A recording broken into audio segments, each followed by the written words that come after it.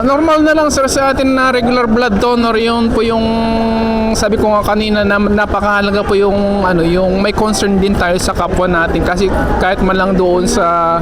dugo na bibigay natin, kahit hindi sa financial, at least nakatulong tayo sa dugo sir, kasi alam ko yung panahon ngayon kasi talagang hirap po yung yung supply ng dugo sa mga blood bank natin. Yung nagudyok po sa atin, yun po nga yung concern natin, yung number one talaga, yung concern sa kapwa, na hindi man tayo yung inubliga o pinilit, talagang kusa natin, kasi sir ito na sir yung sinumpaan natin si Bud Paidi 2004 up to now, na talagang regular blood donor na tayo ng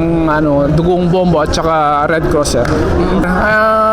Especially yung time na nangailangan yung misis ko talaga namang kahit naman paano sir na nagawa ng paraan, na lalo na kasi pag tayo ay blood donor,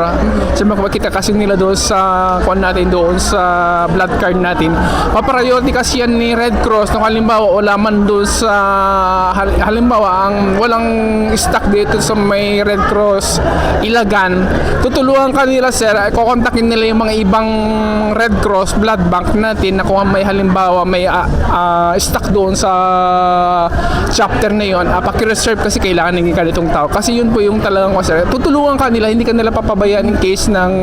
kailangan natin yung dugo. Yung isa yun yung anak ko, 3 beses na rin siya nag-donate ng dugo, kasi sabi ko nga, anak, mahalaga mag-donate tayo ng dugo, kasi kailangan din ng ibang tao, at least ma-benefits din sa'yo sa katawan mo na malinisan yung dugo mo ako sir. Yung pangalawa naman yung pamangkin ko, second time na rin niya na nag-donate ngayong araw na to. Yung kapatid ko, hindi na naman siya nakapag-donate ngayon kasi yun nga po na may anti-vaccine siya ng anti-rabies, kaya gustuin mo niya sir, hindi ko kasi pwede, kasi 1 year yung makalipas bago ka pwedeng mag-donate after na ikaw ay na-vaccine ng anti-rabies. Anyahan ko po lahat ng mga kadugong bombo natin ka Red Cross na kung maari,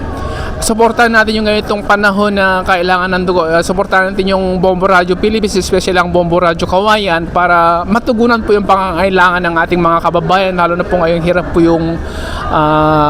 supply ng dugo sa ating mga blood bank.